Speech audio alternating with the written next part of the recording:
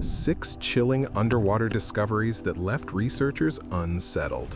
What if everything we've been taught about ancient civilizations is incomplete?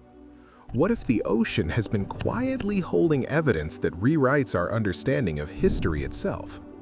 You see, there's something deeply unsettling about the deep. It's a place where light doesn't reach, where pressure crushes almost everything we send down there, and where silence becomes absolute. And yet, beneath those dark waters, researchers keep finding things that shouldn't exist. Welcome back to the Silent Vault channel, the home of mysteries, impossibilities, and the discoveries that leave experts speechless. Today, we are tracing 6 chilling underwater archaeological discoveries. Each one has forced experts to rethink ancient machines, lost vessels, submerged structures, refined craftsmanship, and even the environments early civilizations once inhabited. These are not just relics preserved by water, they are questions that refuse to stay quiet. So, if you're curious about what's been hiding in the depths and what those findings might mean for the story we tell ourselves about the past, don't forget to like, subscribe, and turn on the notification bell if you also love exploring unsolved mysteries. Let's begin with the first discovery. The submerged cities of Thonis Heracleion and Canopus. In the year 2000, French archaeologist Frank Gaudio and his team lowered scanning equipment into the waters of Abu Qir Bay, roughly 4 miles off Egypt's northern coast. They were searching for something most scholars believed to be legend. Ancient Greek historians had written of grand port cities at the mouth of the Nile, places where Greek and Egyptian cultures merged, where massive temples stood, where ships from across the Mediterranean came to trade. But no one had found physical evidence. The cities, if they had ever existed, had vanished. What the sonar revealed that day stopped the team's work entirely. Beneath 30 feet of murky water and several more feet of sediment lay the remains of an entire urban landscape. Not scattered ruins, but organized streets, harbor infrastructure, temple complexes, and residential quarters spread across miles of seafloor. Thonis, known to the Greeks as Heraklion, had been Egypt's main port before the founding of Alexandria. It was where foreign ships were required to stop and pay customs. It was where the festival of the god Osiris began each year, with boats carrying his image down the Nile to the sea. Canopus, nearby, was known for its healing temples and its reputation as a place of pleasure and pilgrimage. Both cities thrived for over 1,000 years. Then they disappeared. Not in a single cataclysmic event, but gradually, relentlessly, as the ground beneath them liquefied and collapsed. The Nile Delta is not built on bedrock. It's built on layer upon layer of sediment that the river has deposited over millennia. Under the right conditions, particularly during earthquakes or when saturated with water, this sediment can behave more like liquid than solid ground. Buildings that stood for centuries can sink in decades. Entire harbors can slide beneath the waves. As divers descended to investigate the sonar findings, they found themselves moving through an archaeological site that had been sealed away for over 1,200 years. A colossal red granite statue of Hapi, the god of Nile flooding, lay on its side. The statue stands 5.4 meters tall and weighs 6 tons. Its face remains clear, its hieroglyphic inscriptions readable. Nearby, stone sphinxes watched over nothing, their paws still pressed to the seabed, their features remarkably preserved. One sphinx bore the face of Ramses II. The stele of Thonis Heracleion, discovered in near-perfect condition, provided the confirmation researchers needed. It's a massive stone slab inscribed with a decree from Pharaoh Nectanebo I, establishing the city as the official entry point to Egypt and detailing the taxes ships must pay. The text is not worn by centuries of weathering because it was protected by water and silt. The decree describes the city's importance, its religious significance, its economic role. Reading it is like opening a bureaucratic document that someone filed away 1,200 years ago. But perhaps the most unsettling discoveries weren't the monumental statues or official inscriptions. They were the details of daily life. researchers found bronze ritual objects still arranged as if waiting for a ceremony. They found the remains of fish-breeding basins, engineered channels that connected to the harbor, allowing controlled aquaculture on a scale that speaks to sophisticated urban planning. They found gold jewelry, lead weights with the pharaoh's seal, ceramic containers still holding their contents. One gold earring found among the ruins was small enough to fit in a person's palm. Someone wore it. Someone might have been wearing it when they realized their city was sinking. The hydraulic systems discovered at Thonis Heraklion demonstrate engineering knowledge that rivals modern urban planning. These weren't simple channels. They were calculated networks designed to control water flow, prevent flooding, maintain harbor depth, and support food production. The people who built these systems understood hydrology, understood their environment, and built their city to work with it. Yet it wasn't enough.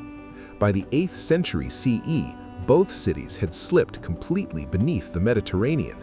The rise in sea level following the end of the Roman warm period, combined with the ongoing liquefaction of delta sediments, erased these centers of culture and commerce from the map.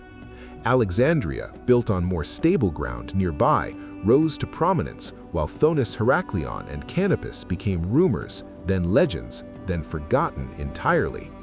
The European Institute for Underwater Archaeology has spent over 20 years documenting these sites. They estimate only 5% has been excavated so far.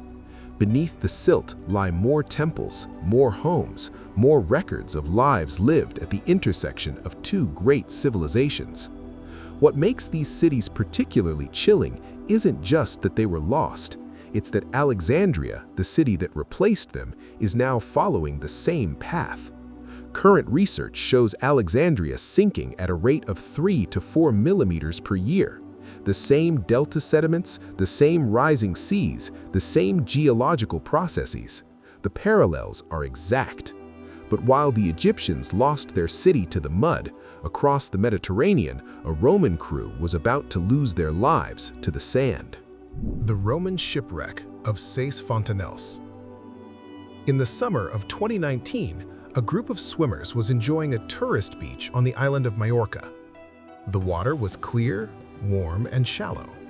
People were wading through water that barely reached their waists. One of them noticed something that looked like pottery fragments on the seafloor, just 2 meters down, scattered among the sand. Local authorities were contacted. When marine archaeologists from the University of the Balearic Islands arrived and began careful investigation, they realized what they were looking at. One of the best preserved Roman merchant shipwrecks ever found in the Mediterranean. The ship had been a medium-sized merchant vessel, probably between 15 and 20 meters long, built sometime in the late 3rd or early 4th century CE.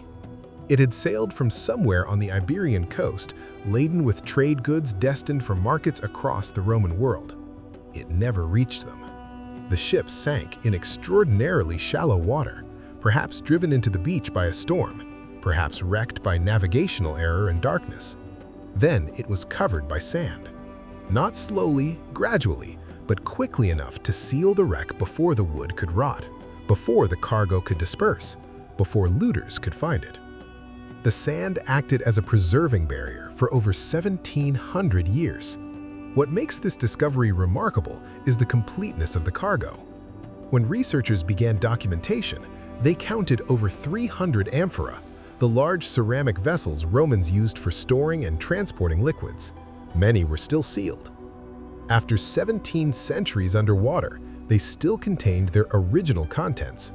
Some held garum, the fermented fish sauce that was a staple of Roman cuisine. Others contained olive oil, identifiable by the residue patterns. Still others held wine, their contents long since degraded, but the sediment patterns revealing what they once carried. Finding sealed containers with preserved contents is extraordinarily rare. Usually, the stoppers decay, the contents wash out, and only the empty vessels remain. Here, researchers could analyze not just the containers, but the trade goods themselves, gaining direct chemical evidence of Roman commerce. The personal items aboard tell a more intimate story. A leather shoe was found, still holding its shape. Leather rarely survives in marine environments. It degrades, disintegrates, vanishes. But this shoe, protected by the sand and the particular chemistry of the site, remained. Then, the storm came. An oil lamp, ceramic and small, was recovered with the image of Diana, goddess of the hunt, molded into its surface. Someone used this lamp to see in the darkness of the ship's hold or cabin. Someone held it, refilled it with oil, trimmed the wick. It's the kind of object that might have meant nothing to its owner, just a practical tool, but which becomes profound in its survival. The coin found at the site resolved the question of dating. It was minted in Sicily, in what is now Croatia, and bears the mark of 320 CE. The Romans were meticulous about their coinage. Each coin can be dated precisely.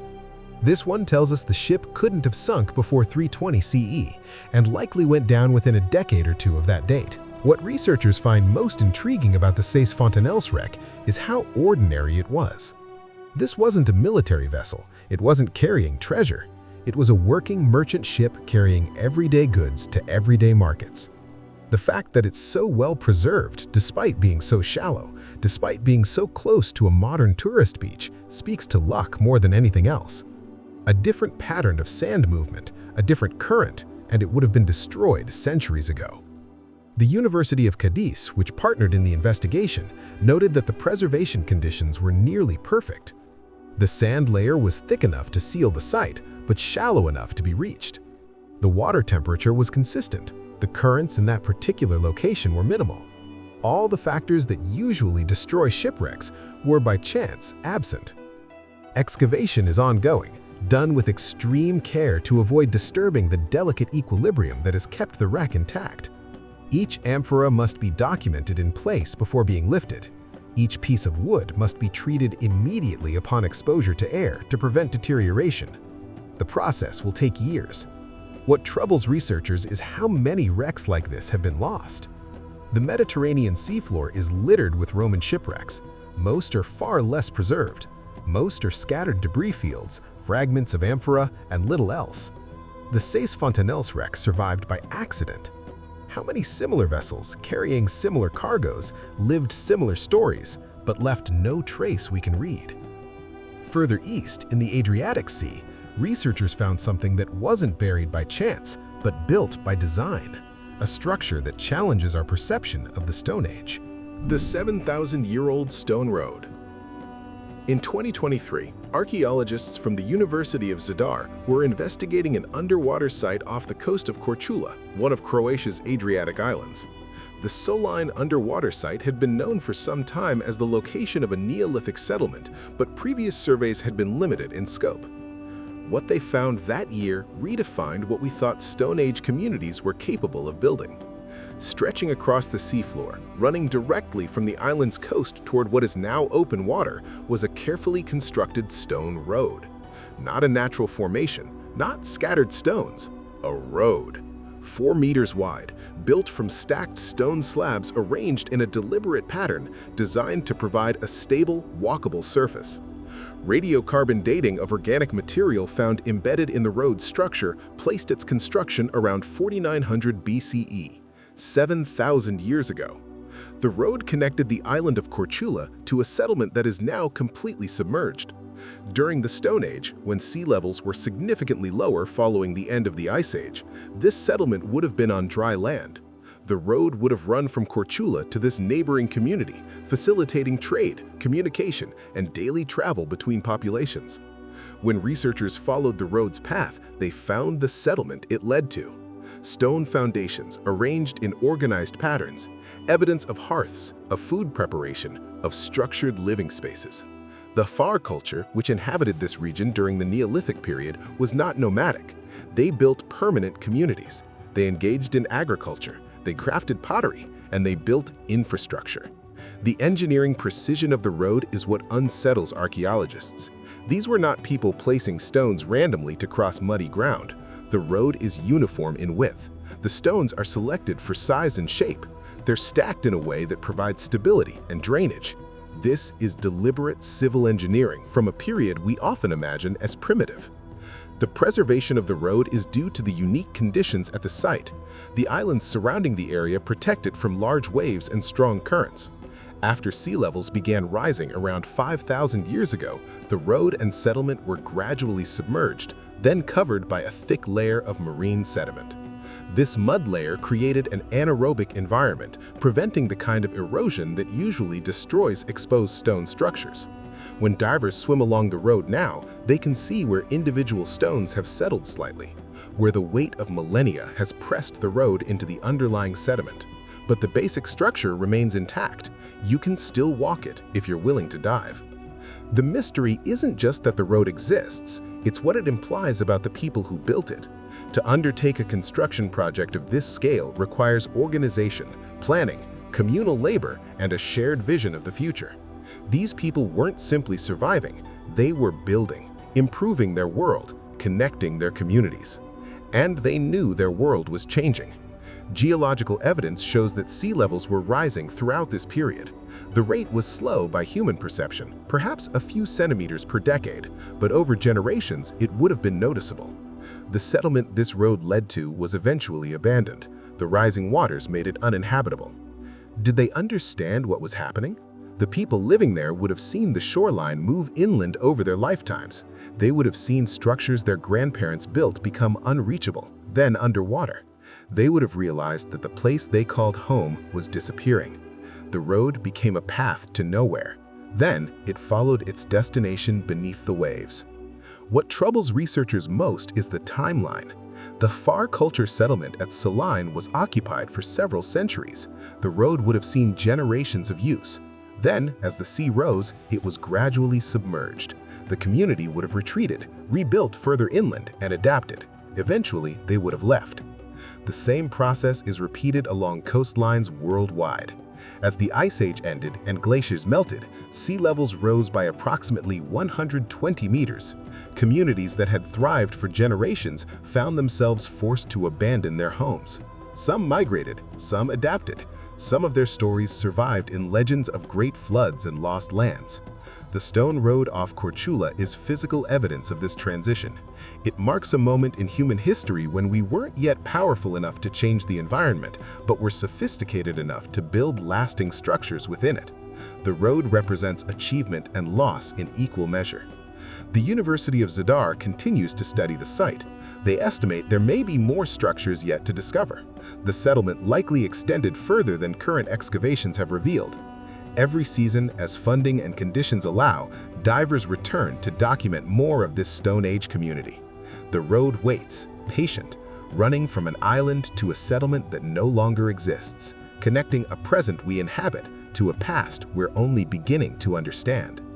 Thousands of years later, the waters of the Mediterranean would become the setting for a very different kind of interaction, one defined not by cooperation, but by holy war.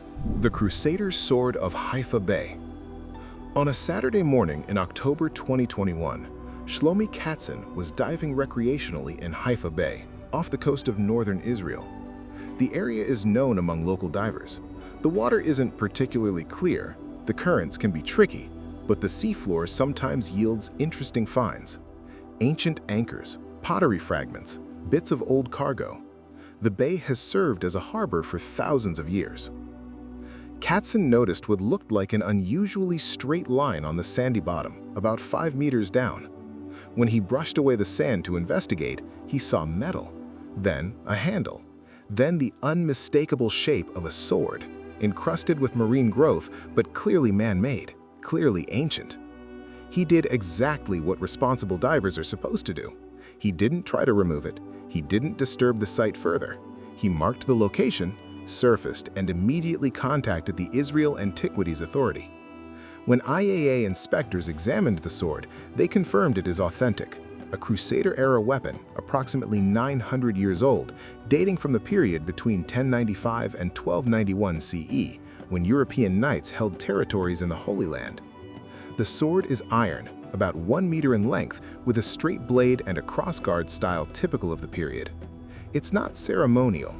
The balance, the construction, and the wear patterns all indicate this was a weapon meant to be used in combat. Someone carried this sword, trained with it, and depended on it in battle. What made the discovery particularly striking was its condition. The blade was entirely covered in marine organisms, Barnacles, shell fragments, layers of sediment that had accumulated over centuries. When Katzen first saw it, it looked less like a weapon and more like an oddly shaped rock formation.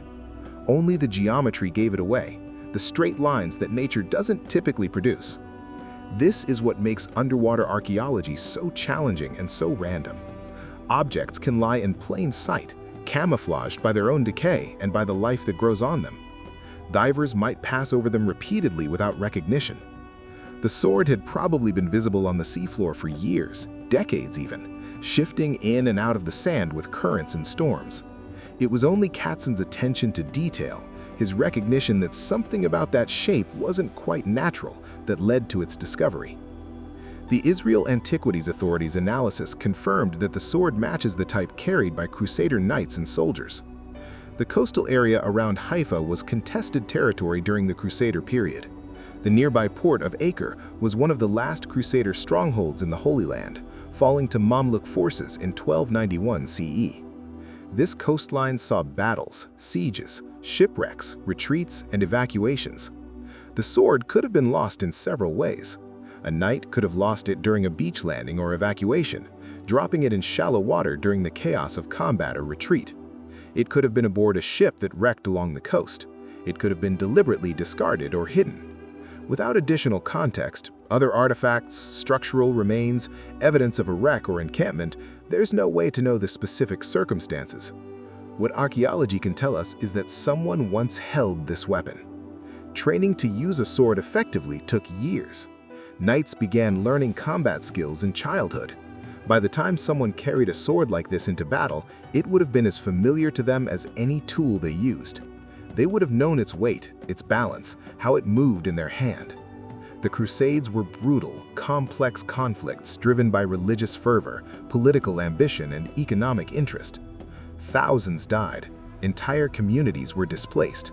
The cultural and religious impacts are still felt in the region today. This sword is a remnant of that period, a physical connection to events that shaped centuries of history. The IAA has taken custody of the sword for conservation and study. The marine encrustations must be carefully removed to preserve the metal beneath.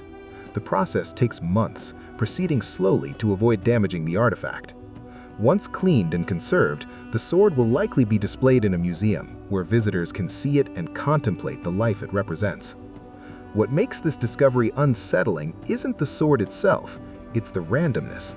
If the sand hadn't shifted at that particular moment, if Katzen had been diving a few meters in a different direction, if the light had been different and he hadn't noticed that unusual straight line, the sword would still be there, still waiting. How many other artifacts are waiting? Not dramatic discoveries like shipwrecks or temples, but small objects, personal objects, things that belonged to individuals whose names we'll never know. Each one represents a moment when someone's possessions passed out of their control and into the keeping of the sea. The sword now rests in a laboratory, slowly being cleaned, slowly being prepared for display. It has gone from weapon to relic, from tool to symbol. It tells us something about who carried it, even though we don't know their name. Off the coast of India, sonar technology has revealed something that might tell the story of an entire civilization, one that could rewrite the history books, if only the experts could agree on what it is. The Gulf of Cambay ruins. In 2001, the National Institute of Ocean Technology in India was conducting routine marine pollution surveys in the Gulf of Cambay, also called the Gulf of Khambhat, off the coast of Gujarat. They were using side-scan sonar to map the seafloor and measure sediment patterns. What the sonar revealed stopped the survey entirely. The images showed geometric structures, regular patterns, something that looked distinctly artificial extending across nearly 9 kilometers of seafloor at depths between 15 and 40 meters. Follow-up surveys with more sophisticated equipment produced acoustic images that appeared to show walls, grids, bath-like depressions, and what looked like irrigation channels. The formations were too regular, too organized to be natural geological features. NIOT sent divers to investigate. The water in the Gulf of Cambay is murky. Visibility is often less than a meter, and currents are strong and unpredictable. But the divers collected samples, pieces of wood, pottery fragments, what appeared to be fossilized bone, and most controversially, stone artifacts that some researchers believed showed signs of human manufacture. When some of the organic materials were subjected to radiocarbon dating, the results were extraordinary. Several samples returned dates of approximately 9,500 years ago. If accurate, this would place the structures in a period before the well-known Harappan civilization, before the development of agriculture in the region as currently understood. It would suggest the existence of an advanced urban settlement in South Asia at a time when most of the world's populations were still hunter-gatherers. The scientific community's response was deeply divided. Some geologists argued that the structures were natural rock formations, that the acoustic images were being misinterpreted, and that the regular patterns were the result of marine geology rather than human construction. Some archaeologists noted that the samples collected were small, the context unclear, and that extraordinary claims require extraordinary evidence. Others pointed to the acoustic data, to the organized grid patterns visible in the sonar images, to the fact that the area would have been dry land during the period in question. Sea levels 9,500 years ago were approximately 60 meters lower than today. The current seafloor location of these structures would have been a river valley, potentially a very attractive location for settlement. What's not in dispute is that something is there. The sonar images show formations. Divers have found artifacts. The disagreement is over interpretation. Are these natural features that happen to look artificial? Are they genuine archaeological remains? If they are remains of a settlement, how old are they really? The controversy has created tension between different fields of study. Marine geologists familiar with the region note that the area is geologically active and that rock formations can create patterns that appear artificial. Archaeologists emphasize that without proper excavation, without stratigraphic context, without multiple lines of evidence, it's impossible to make definitive claims. The challenges of underwater archaeology in the Gulf of Cambay are immense. The visibility makes traditional excavation techniques nearly impossible. The strong currents constantly shift sediment, making it difficult to maintain a stable work site. The depth and distance from shore require significant logistical support, and any major excavation would be expensive, time-consuming, and require international cooperation. What makes the site compelling, controversy aside, is the scale. Whether natural or artificial, whether 9,500 years old or younger, the formations extend for kilometers. If even a portion of the acoustic images represents actual structures, we're looking at something that would rival known ancient cities in size. The hypothesis that an urban settlement existed in this region during the period in question isn't inherently implausible. Humans were capable of sophisticated construction long before they developed writing. Sites like Göbekli Tepe in Turkey, dated to around 9,500 BCE, demonstrate that complex architecture existed earlier than previously believed. The discovery of numerous sites worldwide has pushed back timelines for human achievement repeatedly. The question is one of evidence. Does the evidence at the Gulf of Cambay meet the standard required to support the claim of a 9,500-year-old city? Currently, many mainstream archaeologists say no. More work needs to be done. More samples need to be collected and dated. The acoustic images need to be verified with physical excavation. The site needs a comprehensive, multidisciplinary study. NIOT has continued limited research at the site when funding allows. The Indian government has expressed interest but hasn't committed to a large-scale excavation project. The site remains, as it has for millennia, beneath the waves, containing whatever truth it holds. What unsettles researchers isn't the possibility that an ancient civilization existed in the Gulf of Cambay. It's the possibility that we're looking at evidence of it and still can't definitively say what we're seeing. If a 9-kilometer-long settlement can remain ambiguous, can remain disputed despite sonar imaging and artifact recovery, what else might be underwater, unrecognized, lost not because it's hidden, but because we don't yet know how to prove what it is? From the muddy depths of India, we move to the crystal-clear waters of the Caribbean. But do not let the beauty fool you. Our final discovery is not about a lost city or a sunken ship. It is a natural formation that lured divers in with its beauty, only to trap them in a layer of prehistoric toxicity. The Great Blue Hole.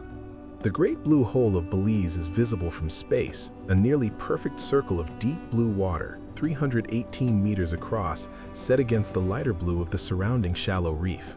It's beautiful, frequently photographed, and popular with divers. It looks like a natural wonder, which it is. It also contains evidence of dramatic climate change and serves as a repository for human remains. The hole is a flooded sinkhole, a collapsed cave system that was above water during the last ice age when sea levels were 120 meters lower than today. At that time, it would have been a dry cavern formed by thousands of years of water slowly dissolving the limestone bedrock. When divers descend into the blue hole, the experience is initially striking for its beauty. The water is crystal clear down to about 30 meters. Sunlight penetrates, creating dramatic blue hues. The walls are nearly vertical, ringed with coral and marine life. Then, at approximately 90 meters, the environment changes completely. A thick layer of hydrogen sulfide marks a boundary. Below this layer, there is no oxygen. Nothing lives there. The water is completely still, undisturbed by currents. It's a separate world, sealed off from the surface by chemistry. This hydrogen sulfide layer is created by the decomposition of organic matter in the absence of oxygen. In the deep, still water at the bottom of the hole, dead material accumulates and breaks down anaerobically, producing hydrogen sulfide gas. The gas dissolves in the water, creating a toxic layer that prevents life and prevents normal decomposition of anything that sinks into it. What this means is that the deepest part of the blue hole acts as a preservation chamber. Objects that sink past the hydrogen sulfide layer enter an environment where normal biological decay processes don't occur.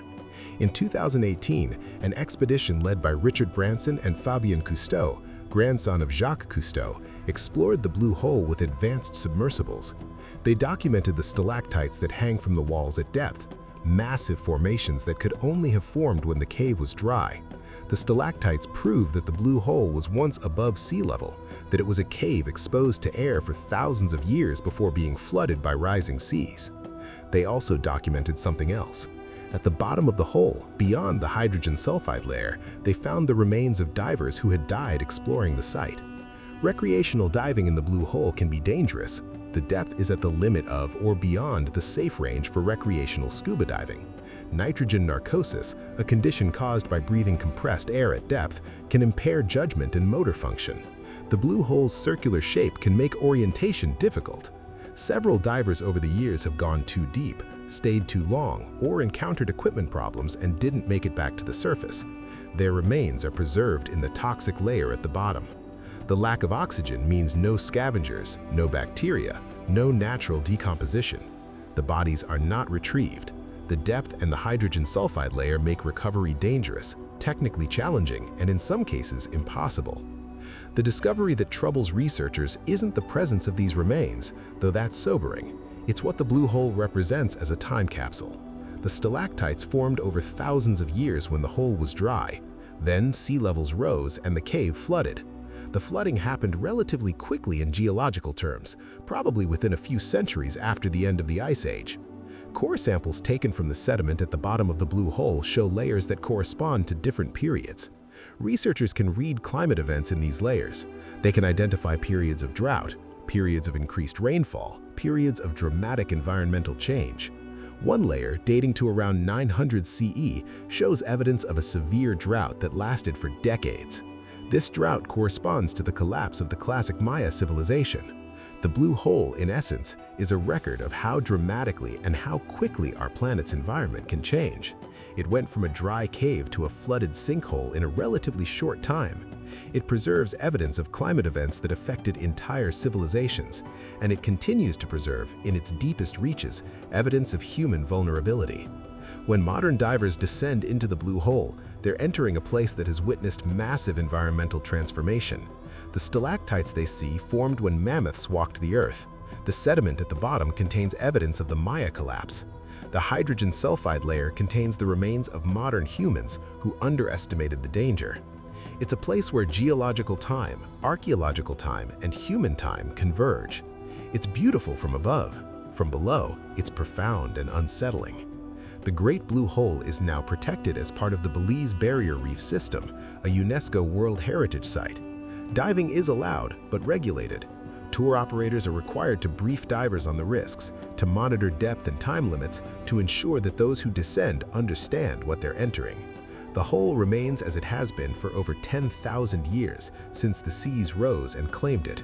A window into a past environment, a record of climate change, a reminder of how the Earth transforms, indifferent to what we build on its surface or what we lose beneath its waters. 6 discoveries. 6 different periods, 6 different cultures, and 6 different circumstances.